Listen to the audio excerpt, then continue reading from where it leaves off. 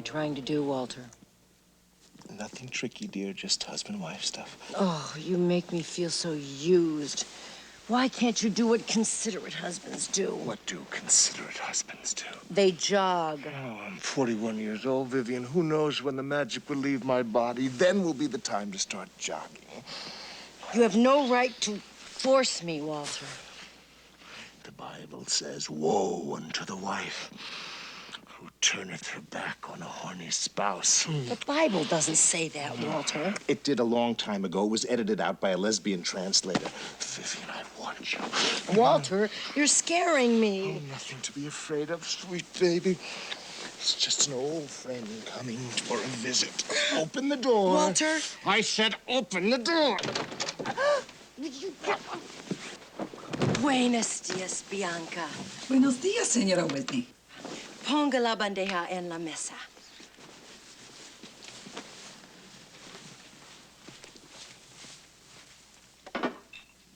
Gracias.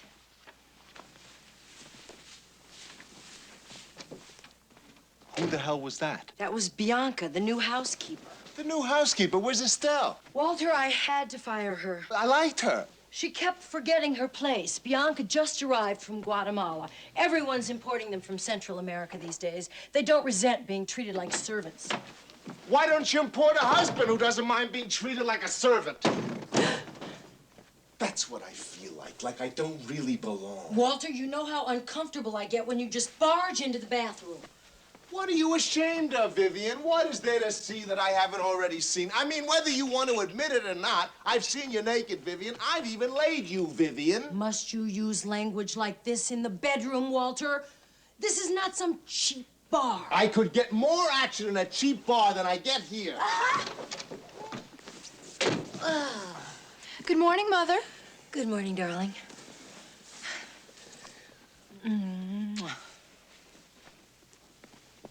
Morning, Walter. Marianne.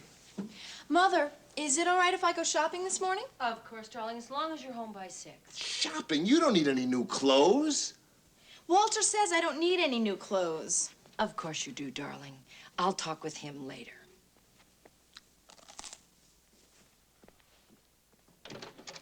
You committed a moral crime this morning, Vivian! That's why we're having all this trouble in the country today. We're a nation of sex-starved, frustrated men, so we jog and vote for the death penalty.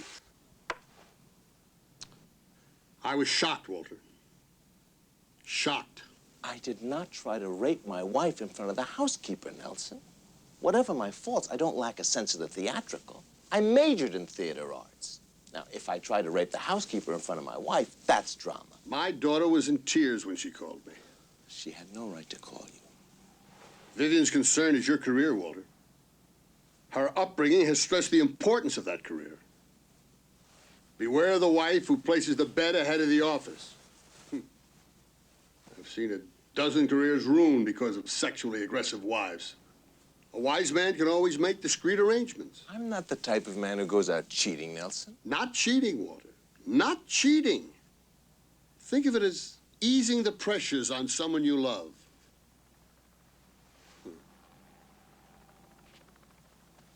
You're a lucky man, Walter. Then why don't I feel lucky? Vivian, Marianne, there's something wrong, Nelson. I feel like I've blown up this beautiful balloon, but I'm on the inside. I'm lonely. Learn to trust unhappiness, Walter. You and I have shared many secrets. I'll share today's secret by forgetting it. Go throw yourself into your work.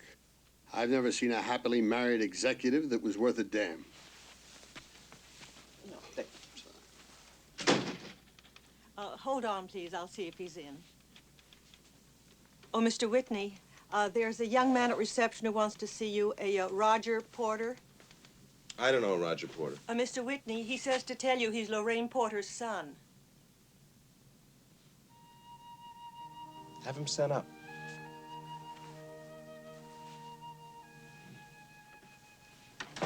Lorraine Porter's son.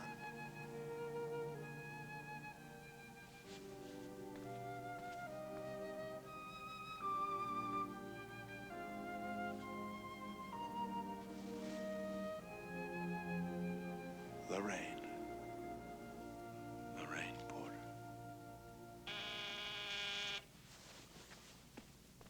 Yeah. Mr. Whitney, he's here. Have him come in.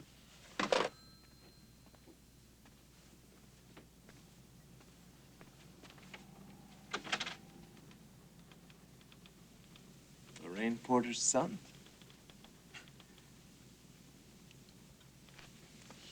Yeah. Yeah, this is cool. Nothing ratty-tatty about this place. And that's the way it should be up here where the hog is fat.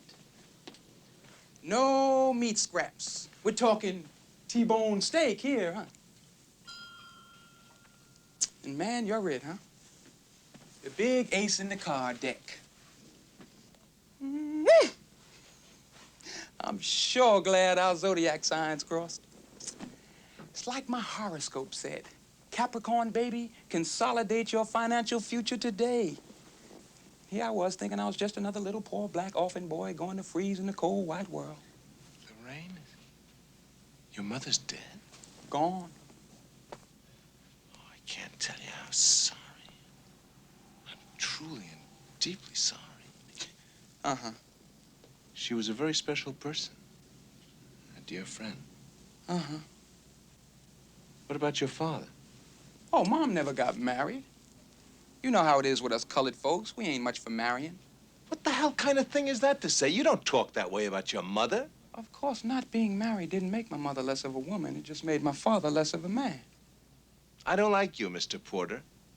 I've tolerated your incredible display of bad manners because your mother and I were friends. Dear friends. Someone I knew very well. No, you lived with her, but you didn't know her.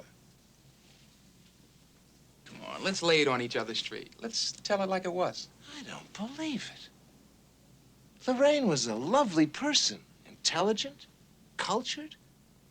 It's just too much of a shock for me to accept you as her son. Well, if that's too much of a shock for you, you're liable to go into a coma when you get behind this.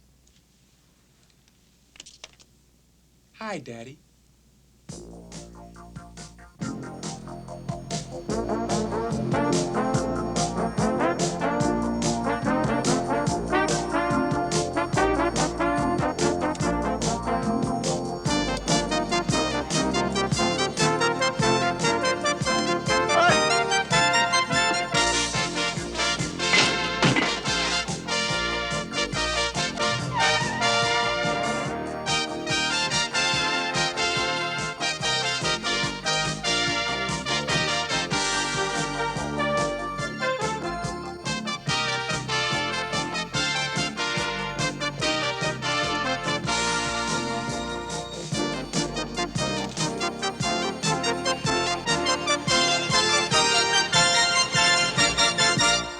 Your son?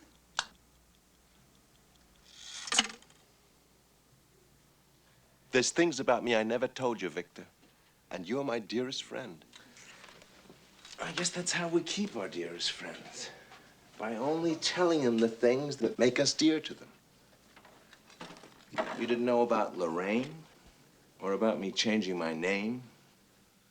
Changing your name? From Weisenthal to Whitney. Weisenthal. What sort of name is that? It's Jewish.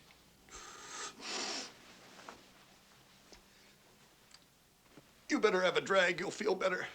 It's too late. Too late. Oh, come off it. You're not in that kind of trouble. I'm Jewish, my son is black, and my lawyer smokes pot. Don't tell me I'm not in trouble. Hey, it makes me feel better and does not affect my judgment. I delivered the valedictorian speech at Harvard, completely stoned. Okay. Okay, get me out of this spot, Victor, and I'll keep you in grass the rest of your life. Okay, you provide the facts, I'll provide the solution.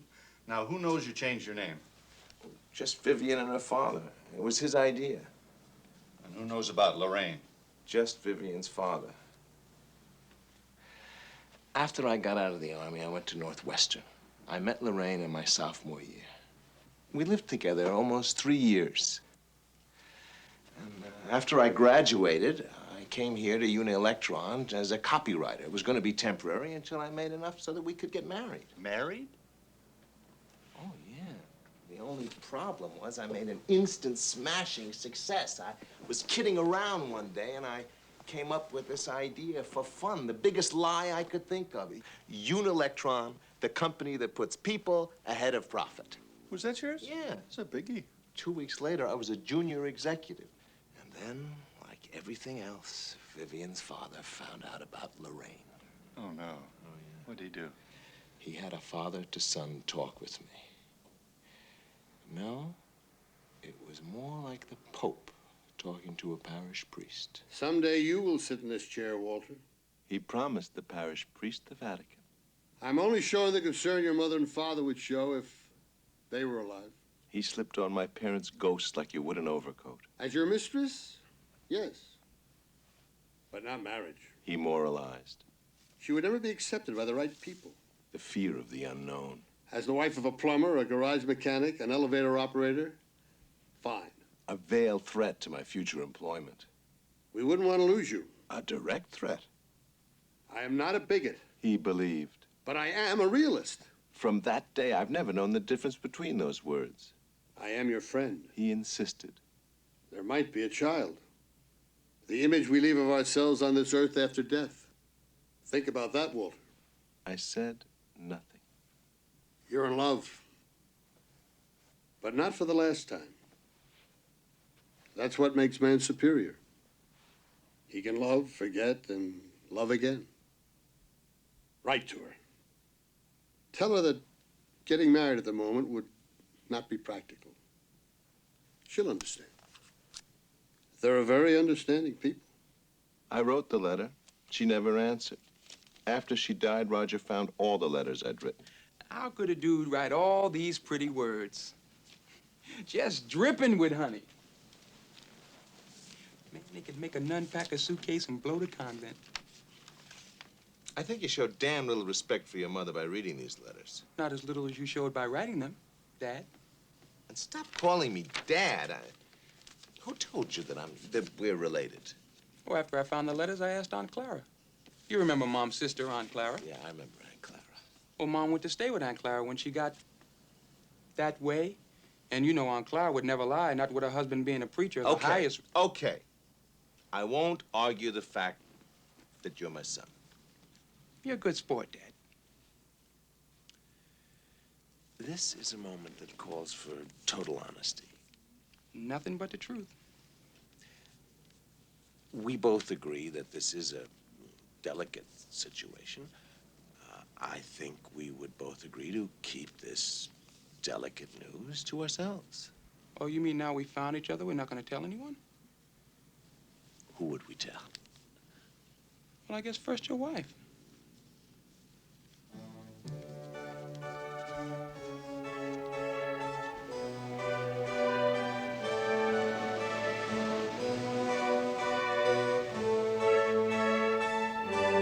Stop following me. Isn't the son supposed to follow in his dad's footsteps? Why are we walking by the ocean anyhow? In case I decide to throw myself in. Or when do we go home and tell the family about me? Do you really expect to come and live with us? Are you ashamed of me, Dad? And stop calling me Dad. Oh, what am I supposed to call you? Well, I don't know. Whitey, Honky, Mr. Charlie, anything but not Dad. Not right now. Something I'm gonna have to get used to.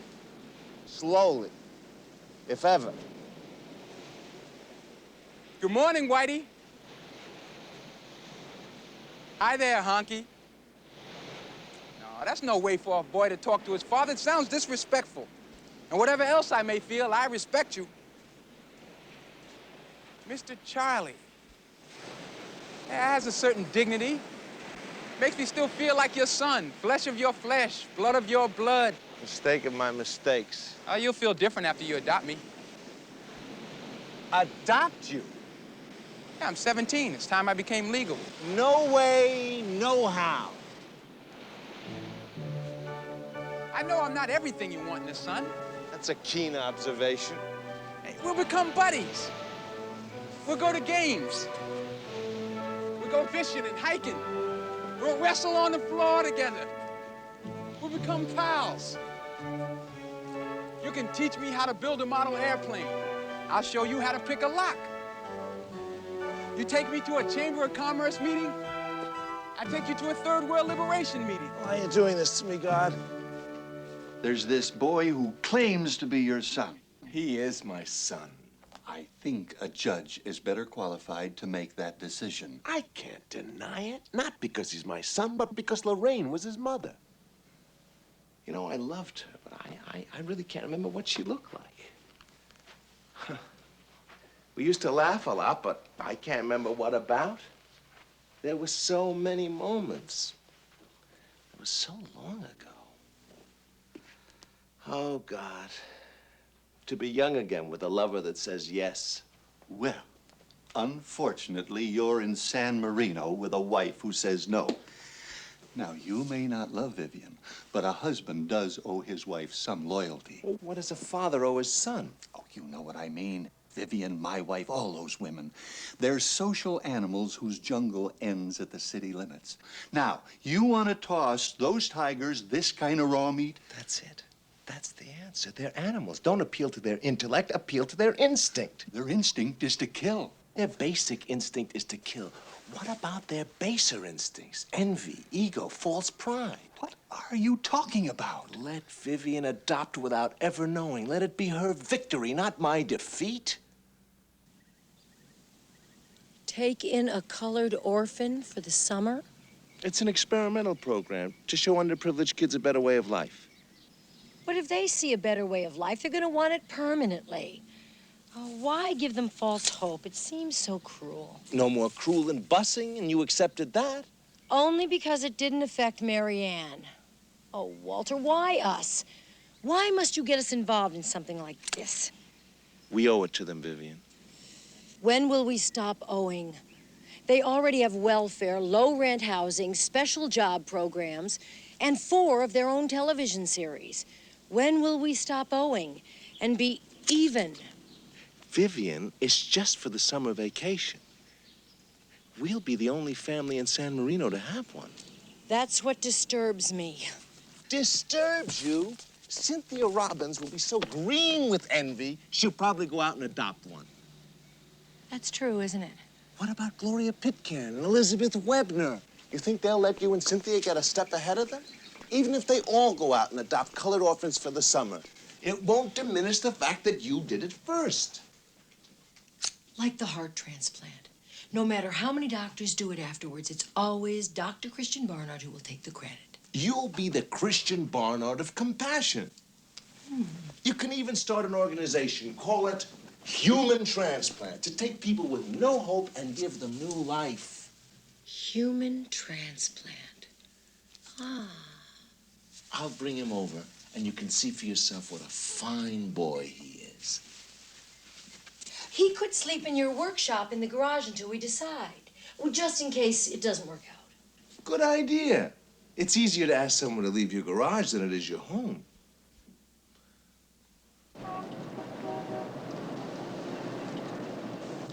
I just don't dig it, Mr. Charlie. I mean, the way you're getting me to be family, this whole adoption bit, me sleeping in the garage. I told you, it's just temporary. Well, it just don't seem right, making believe I'm an orphan. You are an orphan. No, I ain't. I got a daddy. Don't I, Mr. Charlie? Get your feet off the seat. This is a Rolls Royce, not a bus. Hey, will I get the rolls when you die? It belongs to the company. It'll probably go to Mary Ann. Oh, you like Mary Ann more than you like me. Far, far more, and I'm not very fond of her. Will you stop playing with that telephone? Are you going to high school, Roger? Uh-uh. When did you leave? About a year ago. Have you ever thought of going back and graduating? Don't need to. You don't need to, huh? How far are you gonna get with an attitude like that? I'll make out. You'll make out. You know where you'll make out without a diploma? On the unemployment line. I mean, outside of waiting for me to die, you have no future. Stop playing with the glove compartment. You belong to a golf club, don't you? What about my golf club? Well, I can join it, can't I? Only as a caddy. Oh, you mean they don't have no black members? None. Makes you proud, doesn't it, Mr. Charlie? What makes me proud? That the first black to join the club will be your son?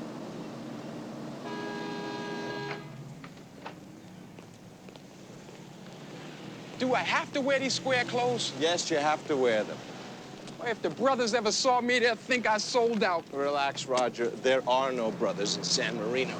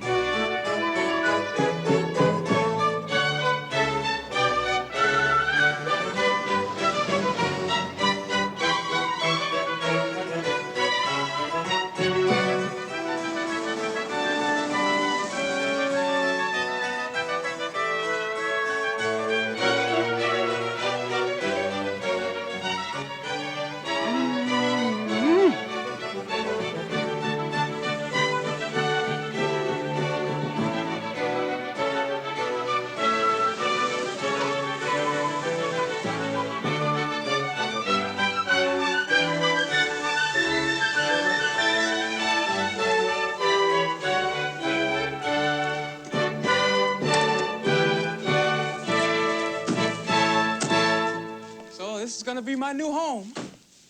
All right. Just the garage. I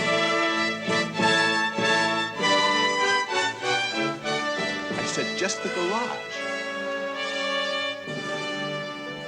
So this is Roger. Mr. Whitney has told me so much about you. Welcome to our home, Roger. Thank you, ma'am. It's an honor. My, what a fine-looking boy.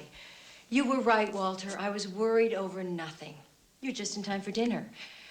Walter, will you tell Mary Ann that we're expecting her? Roger? We're having chicken for dinner. I just love chicken, ma'am. I know you do. I had Bianca prepare especially for you. We want you to enjoy your stay with us, Roger. Thank you, ma'am. You don't have to call me ma'am. Just Mrs. Whitney. Mrs. Whitney? Thank you.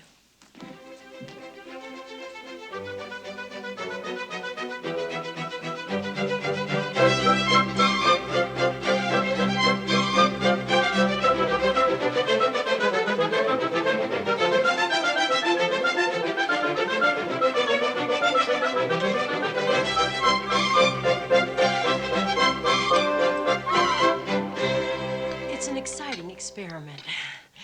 When Mr. Whitney first broached it, I'll admit I was a little dubious. But then I realized that I'd be giving a boy a second chance in life, a chance to improve himself. And you will try to improve yourself, won't you, Roger? Oh, yes, ma'am. Mrs. Whitney.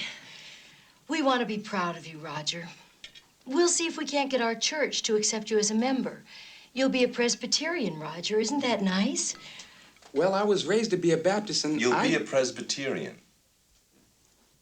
About your schooling, Roger, how far along are you in high school? I don't go to high school. We'll give him remedial schooling and then a job training program. Excellent. This is going to be an exciting summer, Roger. Well, what do you think, Mary Ann? Shall we adopt Roger for the summer? Have you ever been arrested?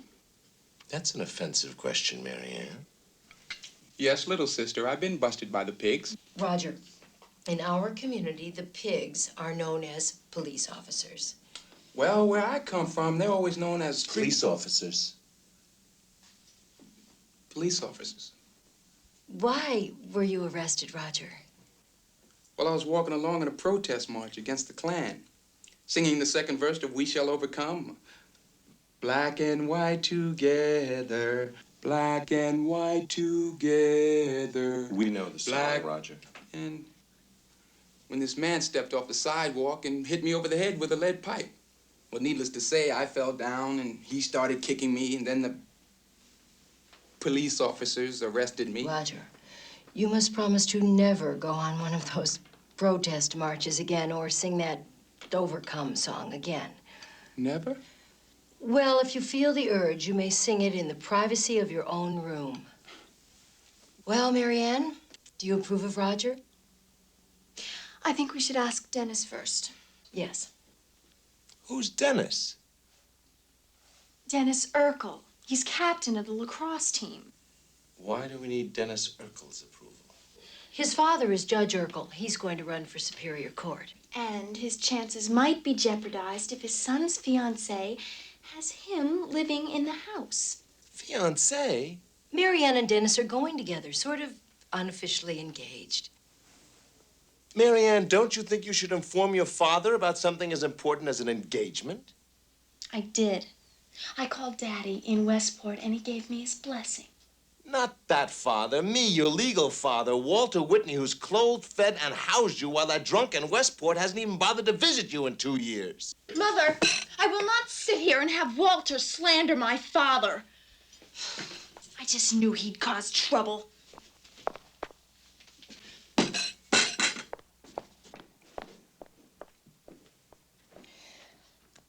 We're all a bit upset.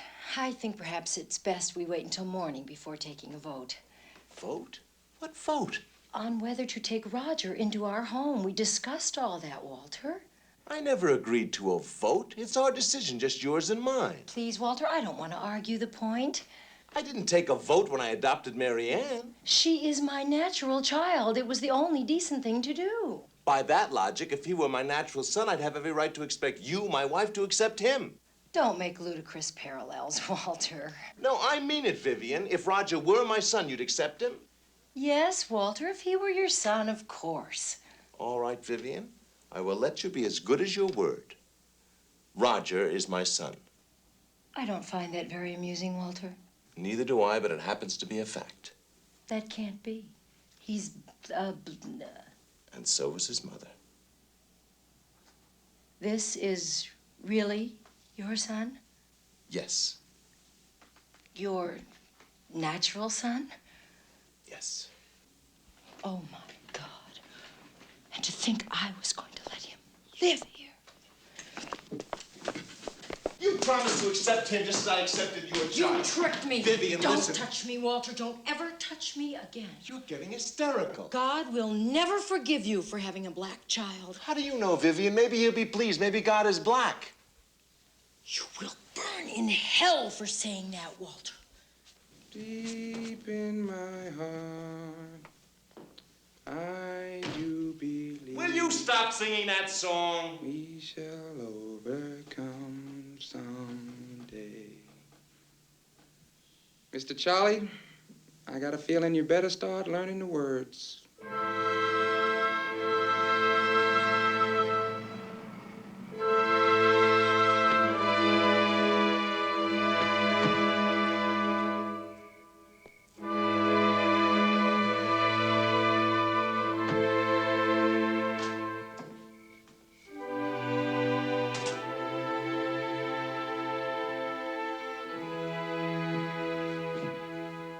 Where's the boy? In the garage.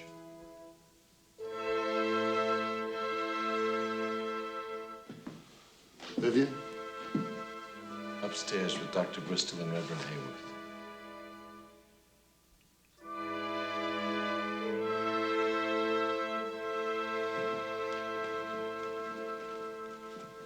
How is she? She's under sedation. Reverend Hayworth is praying with her.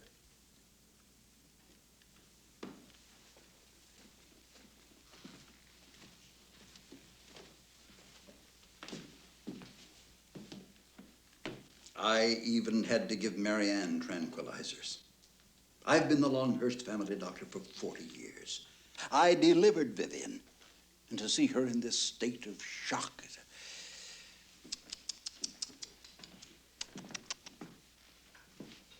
You must be a sadist to flaunt a black son in front of her. I didn't flaunt him.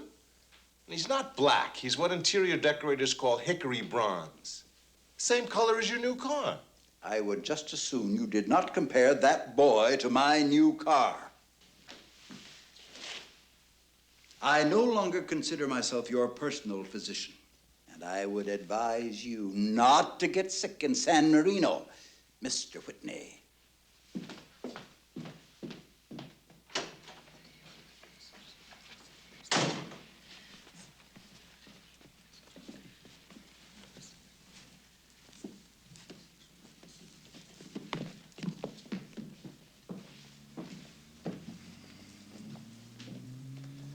father-in-law wants the family to spend the night at his house. I don't see God's book around, Walter. I'm sorry. Sorry is for those seeking forgiveness. Are you seeking forgiveness, Walter? Forgiveness for what, Reverend? Vivian said you told her that God is black. I simply posed it as a possibility. We don't speculate on God's color, Walter. If you ever want Vivian to speak to you again, go upstairs and tell her that God is white. But we're really not sure. I mean, the Hindus don't believe it, the Muslims, the Buddhists. God is white. It's simple logic. His son is white. That's not proof. I'm white, my son is black. I'll pray for you, Walter.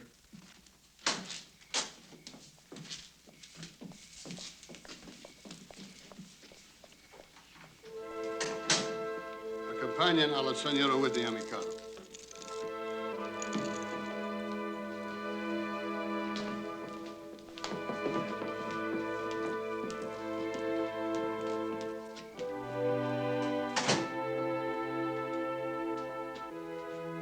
Walter, this is the most critical night of your life.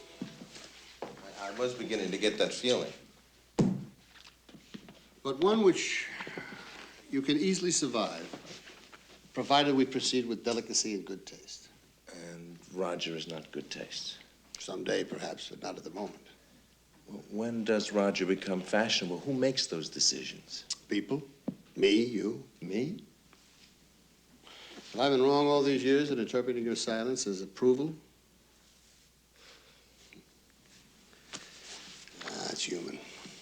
People lean any way the wind blows. The wind blows white, not black. Blows Whitney, not Weisenthal. You must not legally recognize the boy. As long as he is considered illegitimate, society is not threatened. Someday the torch of leadership, of power, will be passed to you. You must feel confident that when your turn comes to pass on the torch, you won't put it in the hands of someone who would burn down the country with it. Pass on the torch to him? I don't think of Roger as my future. I even resent his being here. But I have a serious problem, Nelson. A flaw in my character. I don't have the sense of commitment or strength or courage to look at him and say, go away, it never happened.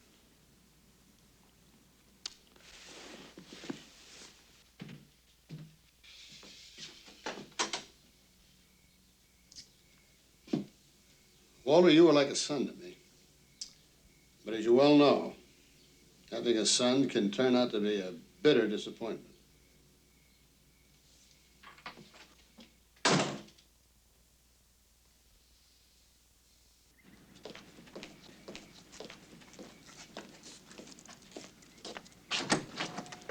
Mr. Charlie, hey, where you going? To work. If you're hungry, there's food in the kitchen. Otherwise, stay in your room. Could I go swimming in the pool?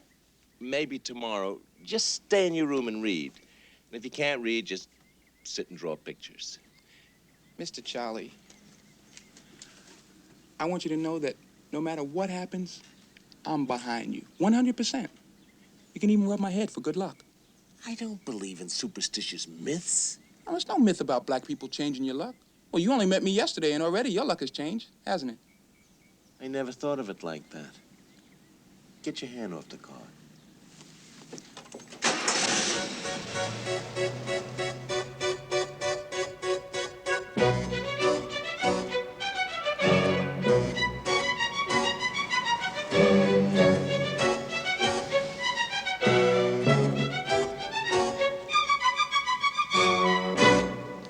Sorry, Mr. Whitney, we can't let you in. Can't let me in. Orders from the man upstairs. I'm the man upstairs. Mr. Longhurst gave the order. Yes, sir. We also got orders to confiscate your car. My car? Yes, sir. It's company property. This is outrageous. Hello. I'd like to call my secretary. You don't have a secretary anymore, sir.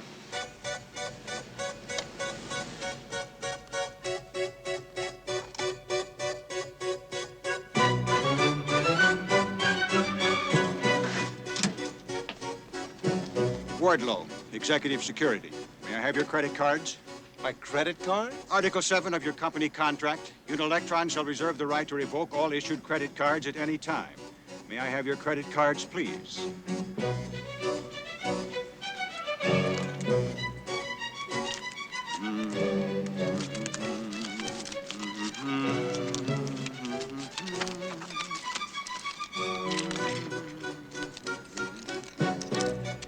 Thank you, sir.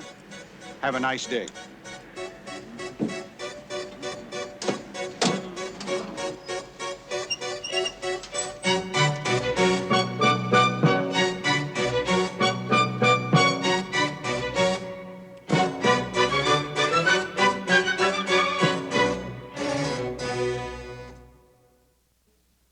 And then he took out these scissors and cut me in half. You don't know what it's like to see yourself lying there on the ground. Roger, Mr. Charlie, has anyone been around this morning?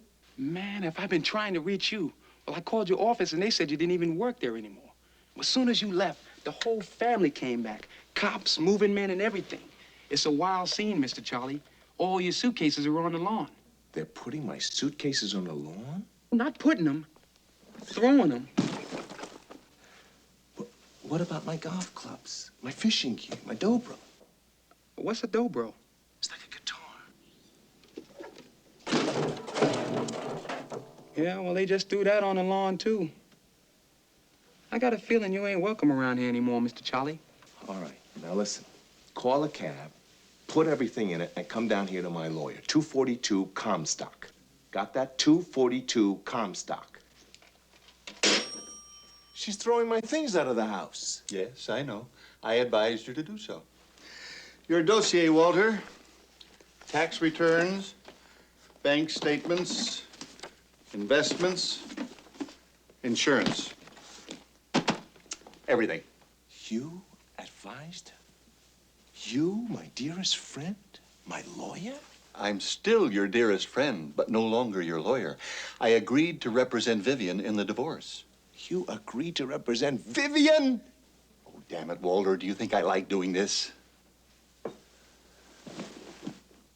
You sold out. I'm recommending an attorney, Bob Garvey. Because of the uniqueness of the case, I think he's eminently qualified to represent you. I don't object to him recommending you, Mr. Garvey. I object to the reason why he recommended you. They're not going to get away with this. I'm going to fight. Fight, Mr. Whitney? Fight with what? Money. I've got money. Oh, you mean you have other funds that aren't listed here? Of course not. Everything I have is in there. Where is the boy now? Downstairs, waiting in the cab. Is the meter running? I mean, with a financial statement like this, I'd watch every nickel. Well, there must be some mistake, some misprint. Well, your salary has gone into a stock option plan, which is in Vivian's name. There's a trust fund, which is in Mary Ann's name. Your bank account is in Vivian's name. Man, you don't even have a checking account. But I didn't need checks. I had credit cards. All right. Cutting through all the talk, Mr. Garvey. What am I worth? How much have you got in your wallet?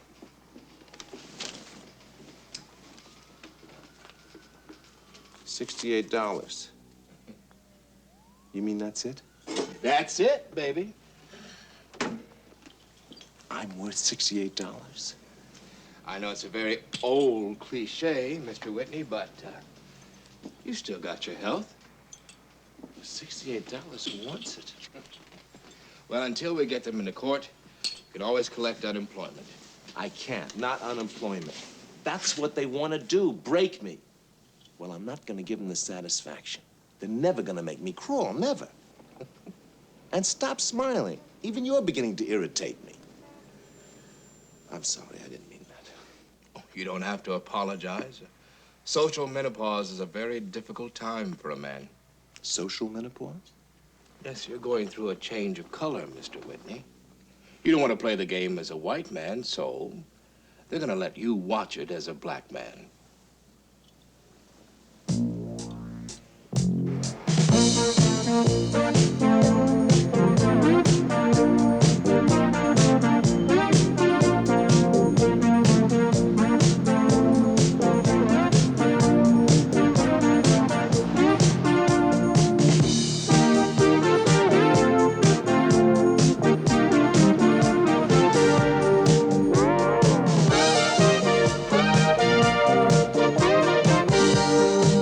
This is it? It's got no swimming pool. Maybe they got a tennis court in the back. Stop complaining. They got TV and free ice. I pay $22 and checkout time is noon. There'll be no dope, no parties, no fighting. Only people allowed in the room is them that paid for it. Sounds fair enough. Here you are. Okay, room 13. And if I give 3 short rings on the telephone, that means the Vice Squad is here. The Vice Squad?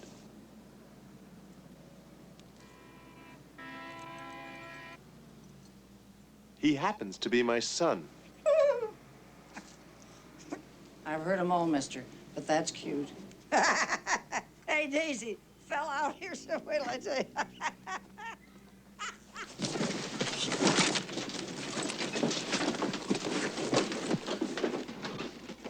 Hey, you have to put a quarter in to make it work. They only promise free ice cubes. I don't like ice cubes. Stop whining and eat them. Will you stop banging that set? I gotta watch Starsky and Hutch. We can't afford them. Well, maybe some quarters will come out. Roger, we do not steal. It ain't stealing. I'll put the quarters right back We in. do not steal, Roger. Sorry, Mr. Charlie. It seemed like the natural thing to do. Then we will have to control our natural instincts. Who told you to take that bed? Well, I can't sleep on a narrow bed. Neither can I. Well, if I don't get enough sleep, I wake up with a headache. Your health is expendable. I'm the one that we gotta keep alive. That bed is mine. I got it first. All right. We'll let reason prevail. We'll split the room in half. The space between the beds shall be the dividing line. Each man's half shall be his, where he can do as he pleases, and into which the other cannot cross without permission. Call it. Heads. Heads. Take that bed and I'll take this. I sure hope you get a good job so we can find a decent place to live. Don't worry about me. I'll get a job. I've got friends.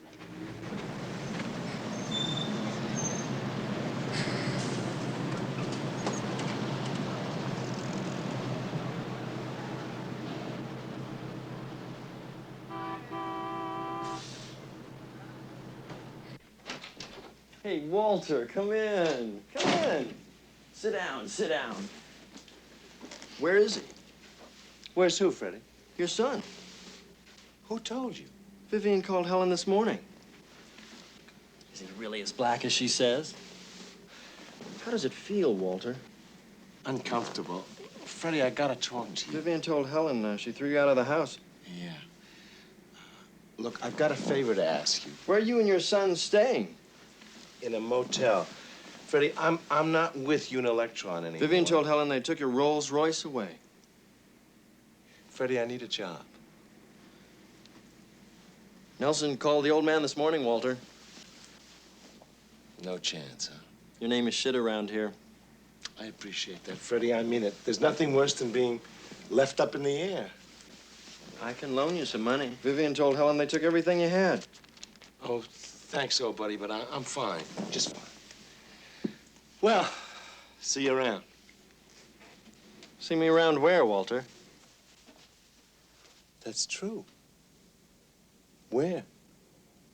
You want me to okay a loan without collateral? I'll pay it back, Tubby, as soon as I get a job. $2,000. That's a lot of money. I said I'd pay it back. No house, no car, no jewelry, no stocks. You must have something you can put up for security. I'm putting up our friendship, Tubby. 15 years of friendship guarantees I'll pay you back. I'm giving you the ultimate collateral, Walter Whitney's word. But your name isn't Walter Whitney.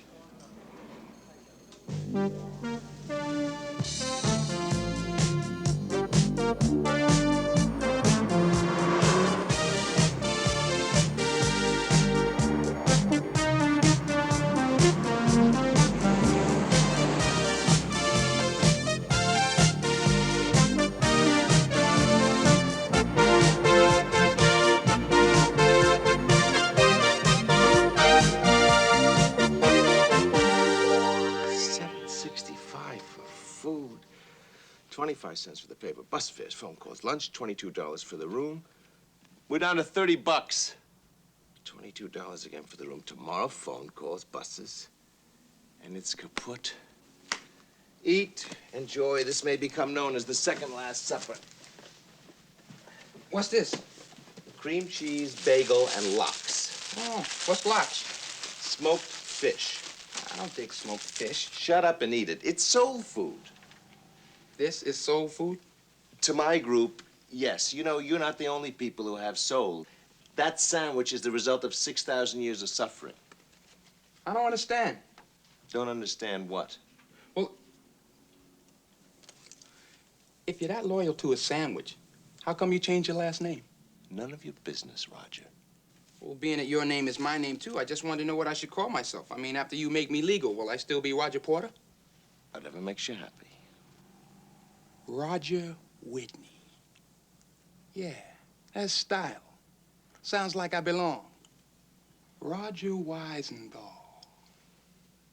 Nah, I don't feel right. I could just see everybody saying you don't look like no Weisenthal.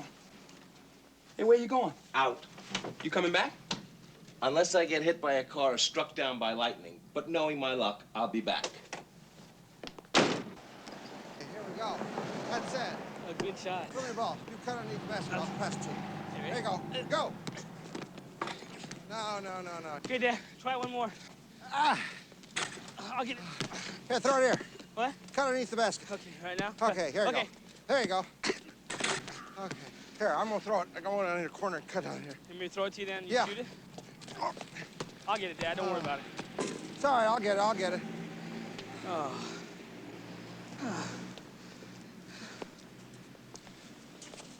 Is that your boy? Yeah. What is it? He's about 17, right? Uh-huh. He's a pretty good ball player. Not bad. I got a son about that age, too. You want to play a game, you and your son, against me and my son? 3 baskets win, we'll play for $5. Okay, you're on. We're back in 5 minutes. Okay.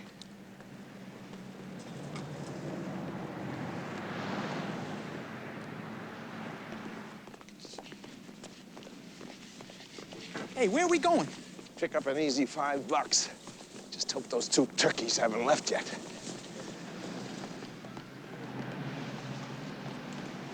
Okay, first team scores 3 baskets, wins $5. Hey, wait a minute.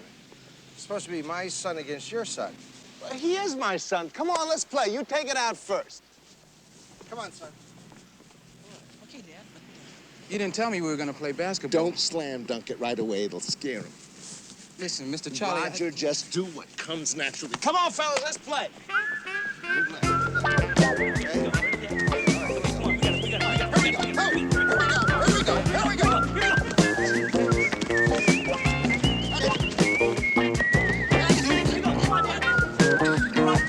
Come on, Roger, stop kidding around.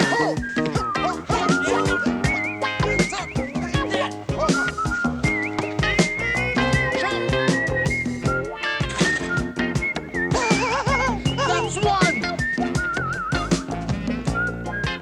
You stop clowning around. I didn't even get a chance. Come on.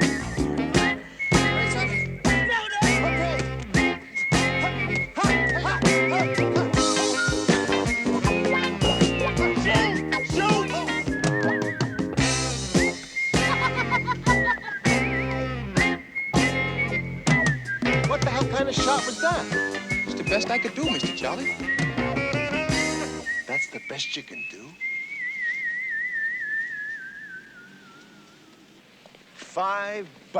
We blew 5 big ones. I have to be the father of the only black kid who can't play basketball.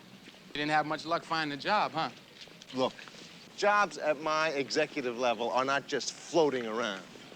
But don't worry, I'll get work somewhere. I heard about a place today at Lincoln and Seco where there's jobs for hardcore unemployables. I am not a hardcore unemployed. You go there in the morning, right? And guys come by on trucks looking for dudes to do odd jobs. Mowing lawns, painting houses, cleaning stables, picking Cleaning grapes. stables? Where do you even hear about a job like that? This afternoon when I stopped to give this guy a lift. How could you give someone a lift, Roger? And the car was driving. Car? Whose car? My car. Car? You have a car? Yeah, I picked it up secondhand to come out here. You have a car and you didn't tell me? You let me blow all my money on cabs and buses? Well, I didn't have a chance, Mr. Charlie. I mean, everything happened so fast. You dragged me to the car, and you drove me to the ocean, then to the store, then to your house. Forget it. Where is it? It's over there. It's the red one. Should have guessed. Cost me $14 in a record player. You were overcharged. You drove this 2,000 miles? You could have been arrested for littering the highway. Do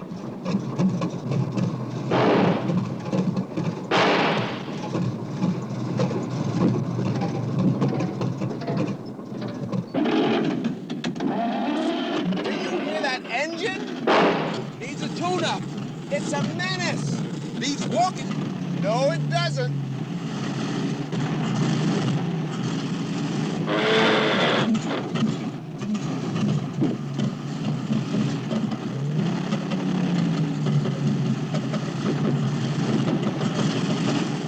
Hey, there's gas fumes in here. That means the engine's still running. Open the window. It's stuck. It won't open. Well, bang on it a few times. Hey, what are you doing to my car, man? Your insurance will cover it, won't it? What the hell was that? I don't know. We may be on fire. On fire? That dude on the bike, yell for him to get out of the way, because once I get rolling, I can't slow down. Blow your horn. Don't have one. Don't have one? Yeah. Out of the way! Out of the way! We've got no brakes! Out of the way! We've got no brakes!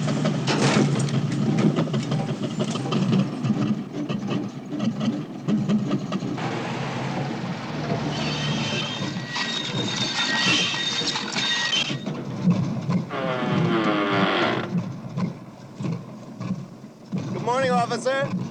Get the hell out of here.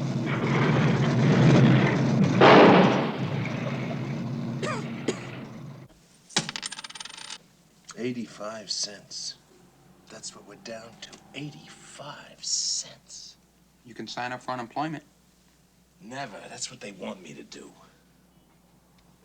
Oh, how about welfare? Lots of black families on welfare. We are not a black family. Well, what's going to become of us, Mr. Charlie? I don't know. I never thought it'd end up like this. Eating sandwiches in a cheap motel. I came to California figuring I'd live in a mansion. Look where you dragged me. Where I dragged you. I thought you'd take better care of me, that's all. I'm doing the best I can. I've been turned down by every corporation in town. So we're talking wall here. We're doing what? I mean, they really got you up against the wall. Oh, yeah. That's it. What's it? The wall. What wall? The money's in the wall safe behind the picture of Vivian's mother. Right.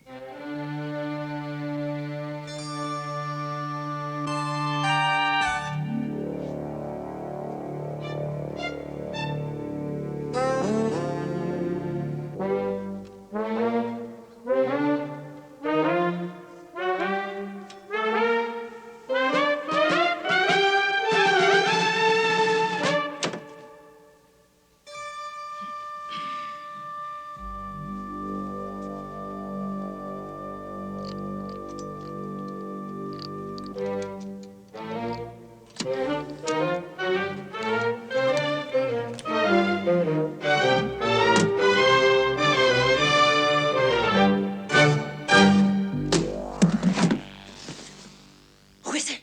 Who's there? Don't hurt me. Take what you want. I know what you're going to do. I know I can't talk you out of it. I can't stop you. I'm all alone. My husband isn't here. I'm defenseless. All right. Go ahead. Do what you're going to do and leave. Just go ahead and get it over with.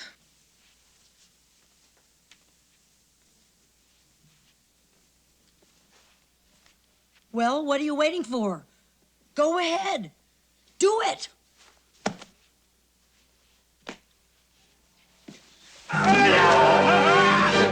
17 years of marriage, and the only memorable night with my wife was the night I came in as a burglar. She was like a wild woman. And you know, if she'd have known it was me, she would have gotten a headache. Roger, Mr. Charlie. Roger, remember that place you mentioned? The place for the hardcore unemployables. Yeah, it's on the corner of Lincoln and Segal. But it's not that easy to get a job there either. I mean, there's lots of competition. Stop worrying. I can hold my own with any misfit.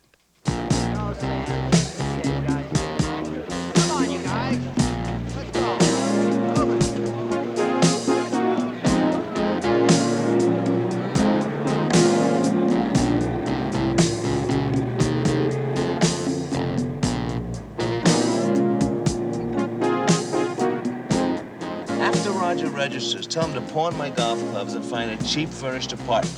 I'll meet him in front of your office when I'm done. Are you sure you know what you're doing? They're not gonna beat me, Mr. Barney.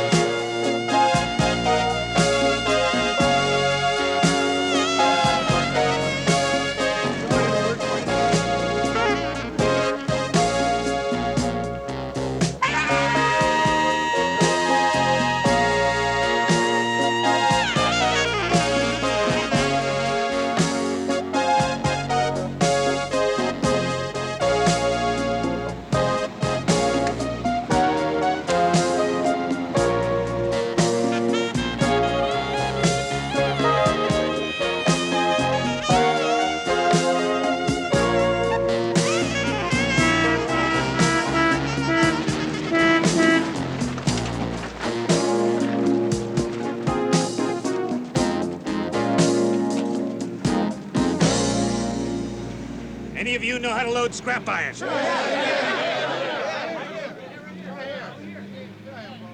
right, you in the blue cap, across to the white cap.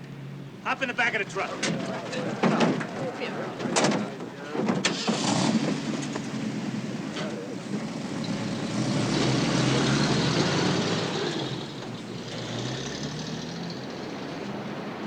You want a drink, buddy? 5 cents. I only drink after work.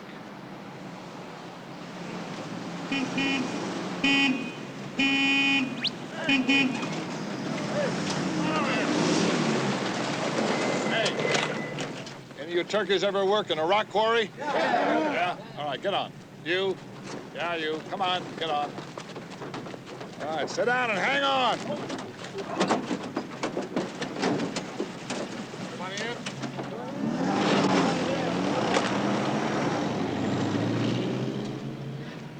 It's just you and me, buddy.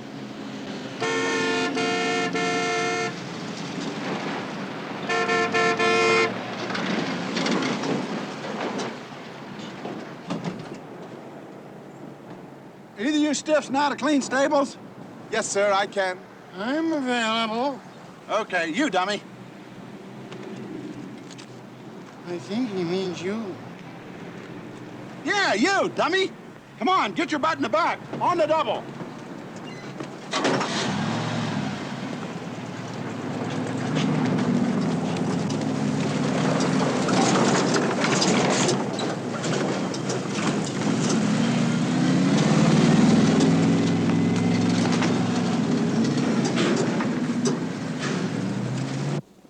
You shovel each and every one of these real clean. Then come on over here to this other barn. Then you clean all of these. You start all the way down there at that end, clean all these up to here, then go back down there and clean all those on that side. You load it all on this wheelbarrow here, clear up to the top. Now you got that? Come on then. Come on. Then you walk it over here to this pile and unload. Got it, dummy? Yes, sir. Then you go over there to that barn over there and start over again. Now go. Go back to number 1 and don't stop till I tell you. Go ahead. Go.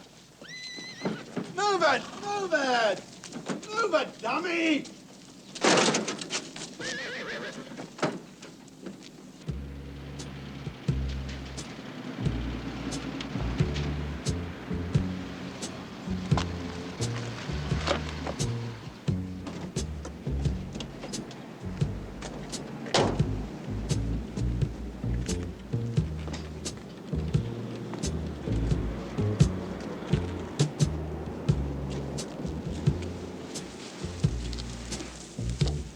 2 stalls.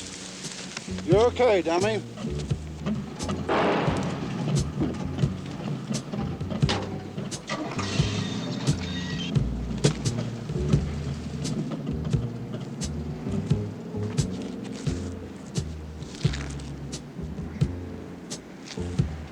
Mr. Charlie!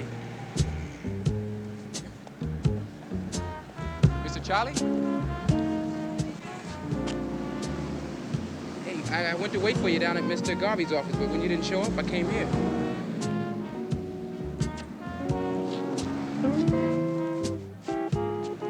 I hocked the golf clubs, found us a furnished apartment. Wasn't easy, but I found one.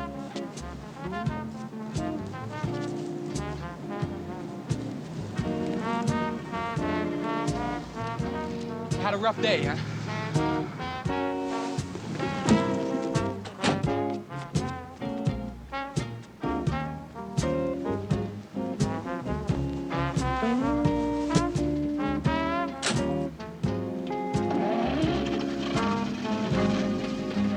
Once I lived the life of a millionaire, spending my money, I didn't care. Carried my friends out for a good time. What bootleg liquor, champagne and wine.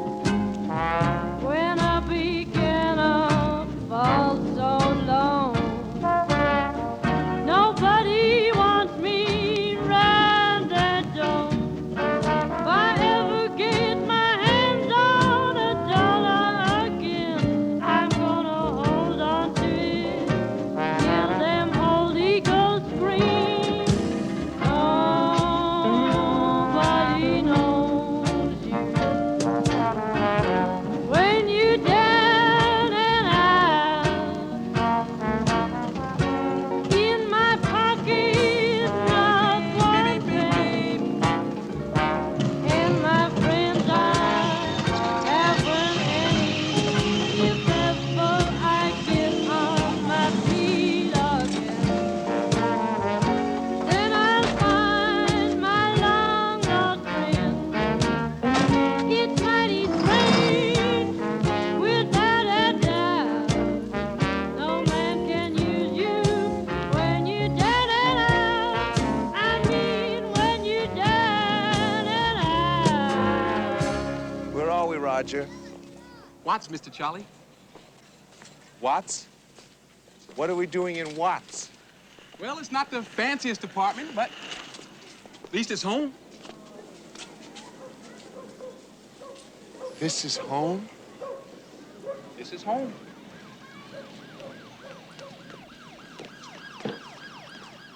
Get down to that store, boy.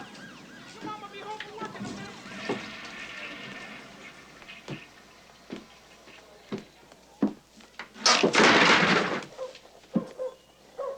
I hope we don't have to pay for that. I don't mind living in Watts, but do we have to live in the poor section?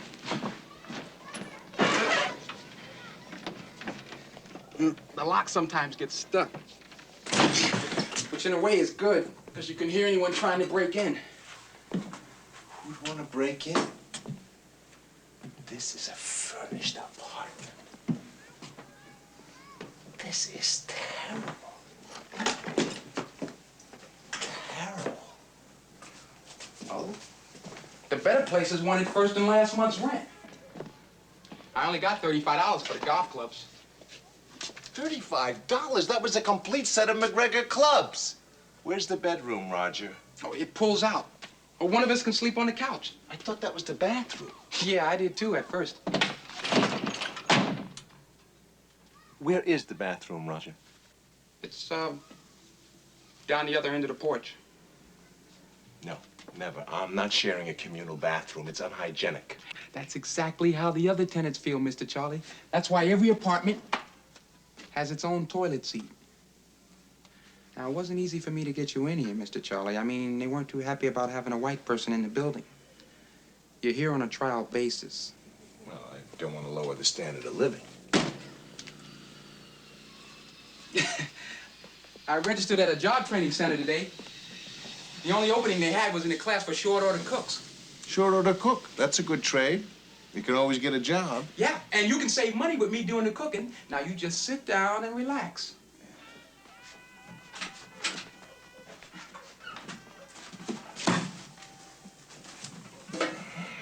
Ah! What? I can feel the springs.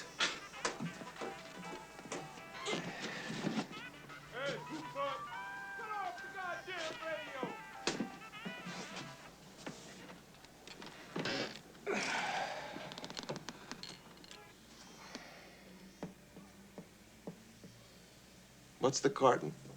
Just something I brought from home. What's in it?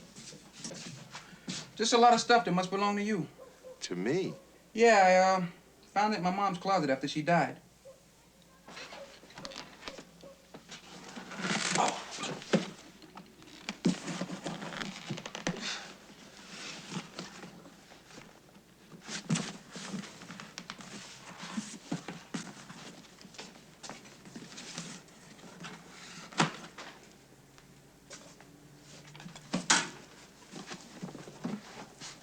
It's yours, ain't it? It's mine. Be pretty embarrassing if it belonged to some other dude, huh?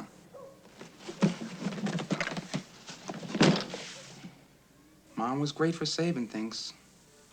I mean, if a bird left some crumbs on a windowsill, she'd leave them there like she expected the bird to come back or something. I mean, it never entered her mind that the bird had forgotten where she lived. Hey, it's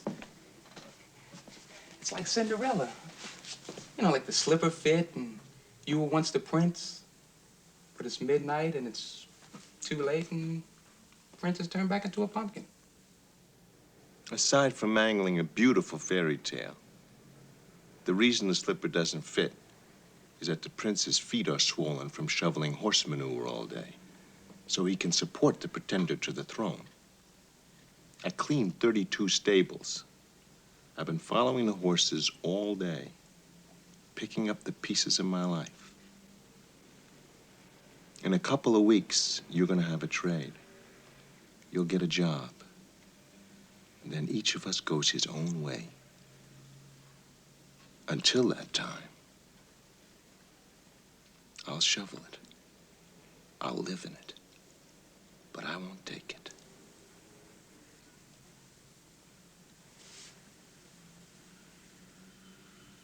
Think I'll go take a walk, huh?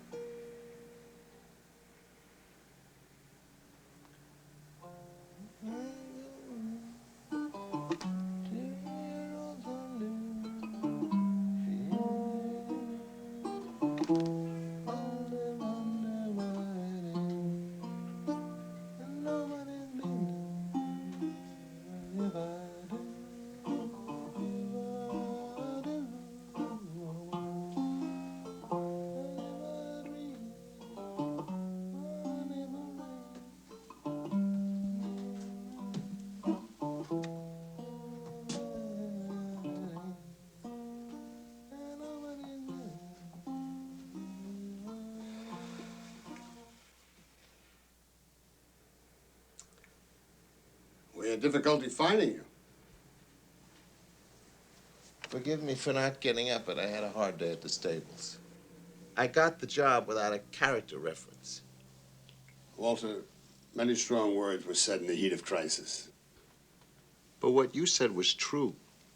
The wind does blow white, not black. It does blow Whitney, not Weisenthal. When you're shoveling manure, you really find out which way the wind is blowing. I admire you, Walter. I mean that. You've shown a determination and an ingenuity which I admire. I thought you would break, but you only bent. I respect that ability to survive. The company misses you, Walter. Vivian misses you. Come back. Come home to the people you belong with. What about Roger? Provisions will be made. A good military academy to strengthen character. Tour of duty overseas in the service of his country. And if by chance he survives? In that case, he will be sent adequate funds to permit him to live comfortably. It's a solution that will preserve your integrity, your sense of obligation, and most important, the quality of life you've worked so hard to create. I think Vivian would like to say something in private. Peace with honor, Walter. Why peace at all, Nelson? I'm a deserter. You execute deserters. Only as a last resort. You're one of us, Walter. And there are so few of us. We are the true minority. Those tiny wheels that keep the one big wheel turning. If we vanish, that wheel stops. And it rusts into chaos, anarchy, nihilism.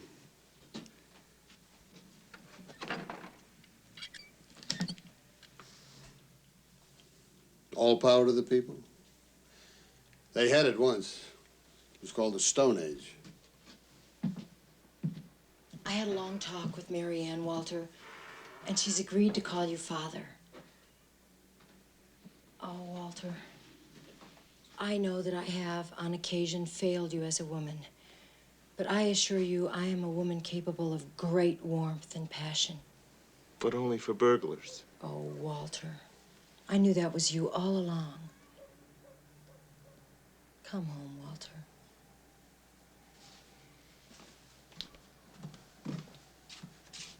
I'll be waiting.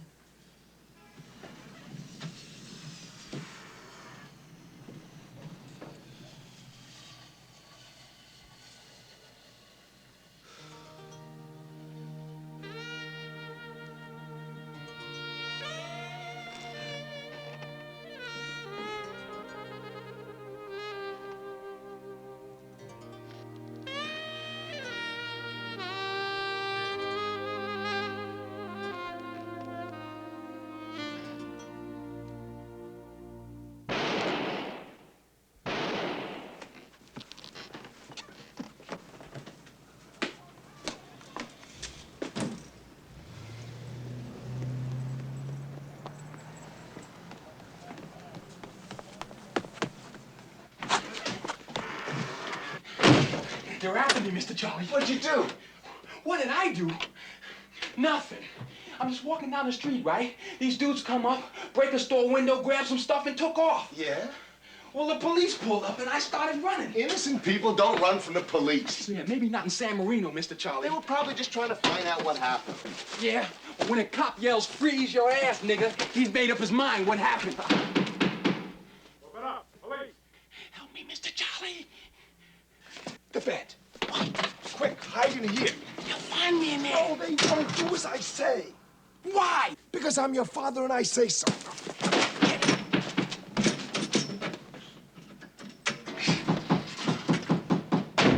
Coming! Open up!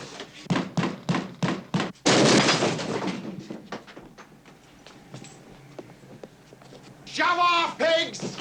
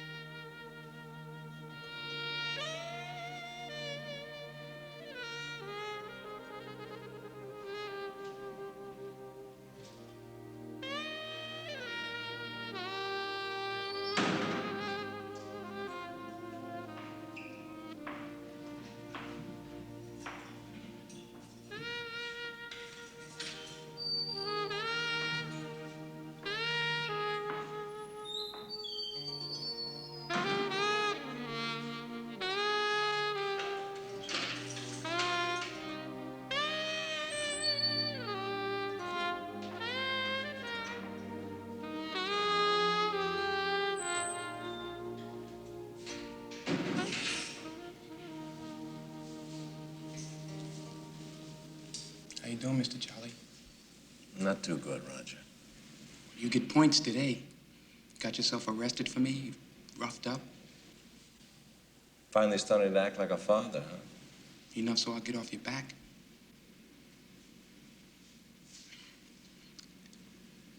I didn't want anything from you, Mr. Charlie. No adoption, no trust fund, nothing. I just came out here because every kid wants to see what his dad is like. I didn't want you to like me because I was your son. I wanted you to respect me because I was Mom's son. But I looked in your eyes and you didn't see Mom.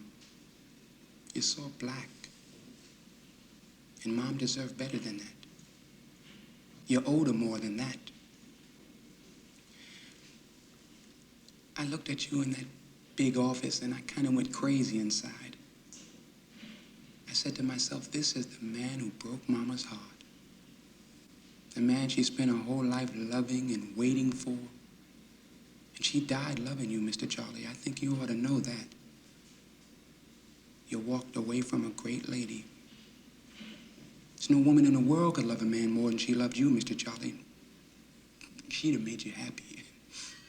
She knew how to make people happy. I wanted to hurt you like you hurt Mom. I wanted to insult you so bad that you'd get angry and take a swing at me, then I'd have an excuse for punching you out. Isn't that terrible? A son wanting to hit his own father. And I was glad when things went wrong for you. But then I realized no matter how much bad happened to you, that couldn't make any good happen to Mama. She's dead, Mr. Charlie. We'll never see her again, hear her again, touch her again.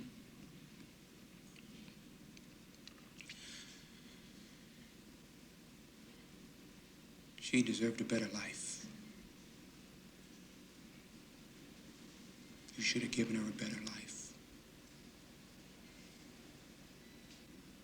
I should have given her a better life. Did you love my mom, Mr. Charlie? This is very important. Did you love my mom? Yeah. I loved her. I loved her very much.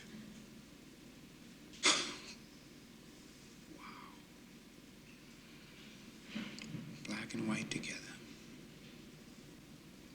It's a lot to overcome.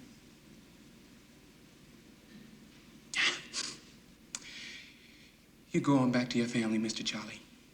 I got a feeling they'll be a lot nicer to you now.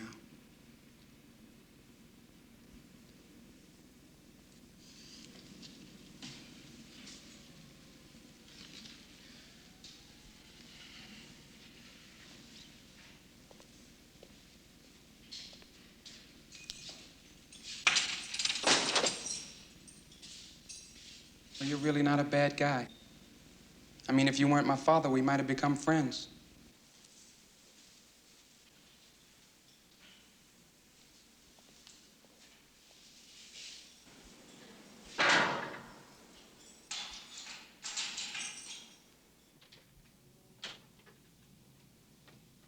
Walter. Oh, just in time for the board meeting, then lunch with the Common Market delegation. It's as though these past days never happened. Nothing's changed. Well, everything changes. Constantly. That's why we have to adapt, so we can always come out on top. Being on top means somebody's on the bottom. Well, you can't have winners if you don't have losers. Why can't we all win, Nelson? No losers? That's what life is all about. Even death has heaven and hell, winners and losers. It's hard to hate you, Nelson. You have just enough logic to give your sickness respectability. You've sentenced whole races of people to be born losers. And as the father of one, I object. Not that he was born with 2 strikes on him, but that you won't give him a 3rd pitch to swing at. Goodbye, Nelson. You walk out this time, Walter, and I'll destroy you. When I'm through with you, you'll think shoveling horse shit is a step up.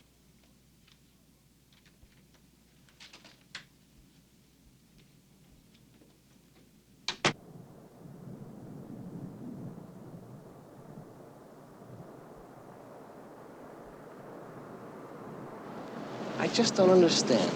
Why is he going back there? He was going to learn a trade here. What's he going to do back there? Well, the new college semester starts in a couple of weeks. Well, what's that got to do with him? He said he left high school when he was 16. That's when he graduated, Mr. Whitney. Graduated? He made me promise not to tell you. He goes to college? Roger received a scholarship from Northwestern. That's where I went. He's in his second year of pre-med. He was right, Mr. Garvey. I looked at him and I saw black. I didn't see Lorraine, what she was, what she would have brought up our son to be. I looked at him and I didn't see a college student. I saw a high school dropout. I didn't see a doctor. I saw a short order cook. Look, there he is.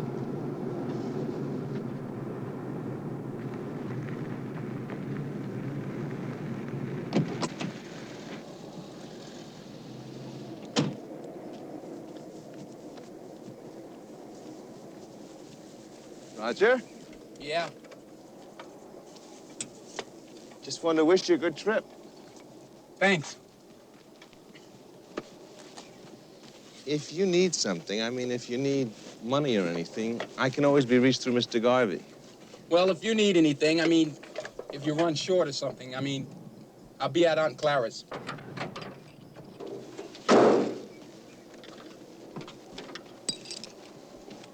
Well, have a good trip, Roger.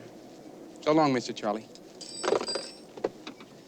You know, Mr. Charlie doesn't sound right, not when you're saying goodbye. Well, so long, Dad. I have this friend back in Evanston, Bernie Levin. Every time he'd come out here, he'd try and talk me into coming back there and working for him. I thought I might just go there and take him up on it. It's not far from the university. Might give us a chance to see one another every once in a while. Have dinner, talk, maybe take in a ball game. Get to know one another. I mean, maybe we'll never get to be friends, but then maybe we will. I mean, it's worth a try. Yeah. Well, have a good trip, son.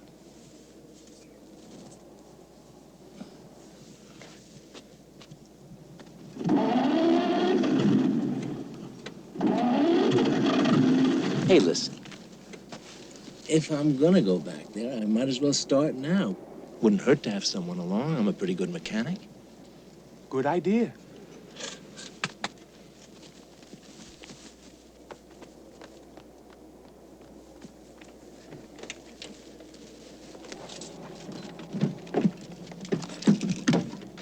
You can send the rest of this stuff to me at his Aunt Clara's. Well, all right. All right.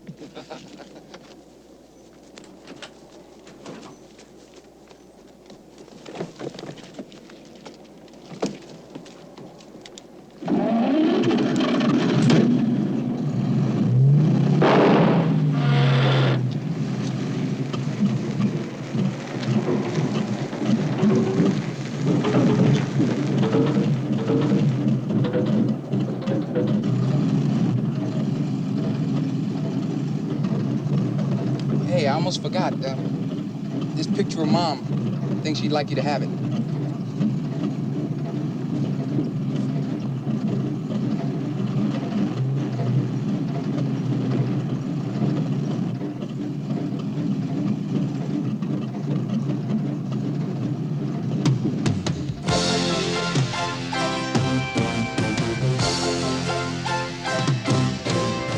Let's take the long way home, the long way home. We'll let them believe they've lost us. Time off the talk and dream, the blow off steam. Believing the dream comes true. There's hope in a new beginning. I say the hell with the past. Keep nothing but love between us. We take our time and save the best for the last. Closer.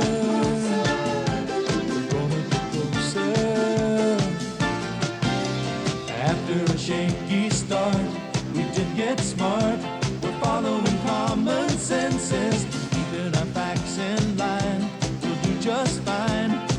nothing that we can't do.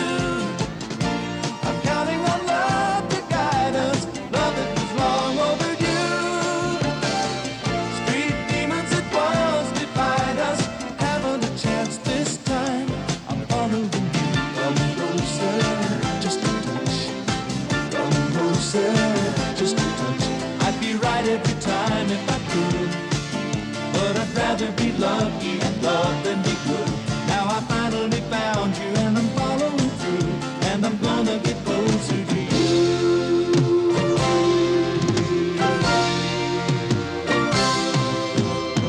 I haven't lost my mind. At times I find I'm careless and do misplace it. Blame it on too much sun. What's done is done. We're working it out today. Don't tell me what stands to reason. I'm talking straight from the heart. If I wasn't foolish sometimes, how would you know when I begin to be smart? Come closer. I'm gonna get closer to you. Sometimes the act of love is push and shove. It's known to be rough and tumble. Only the best survive. We're both alive. It's probably in our blood. It's love and it tells me something simple as sin, but it's true. That love and its best takes two hearts. You'll even mind this time. I'm following you. Come closer, just a touch. Come closer, just a touch. I'd be right every time if I could, but I'd rather be lucky at love than be good. Now I finally found you and I'm following through, and I'm gonna get closer to you.